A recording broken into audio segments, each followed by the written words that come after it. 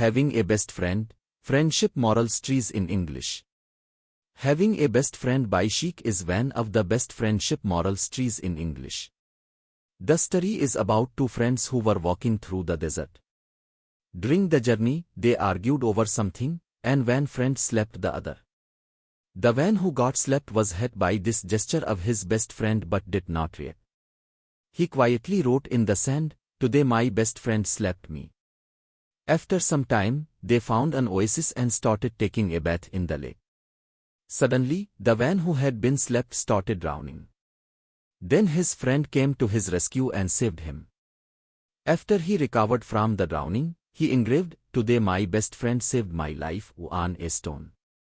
The friend who had slapped earlier and later saved his best friend asked, "After I slapped you, you wrote in the sand, and now, as I saved you, you write on a stone, why?"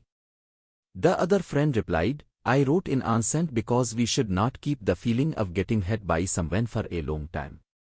But, when someone does something good for us, we must remember it forever like a message engraved on a stone that nothing can erase."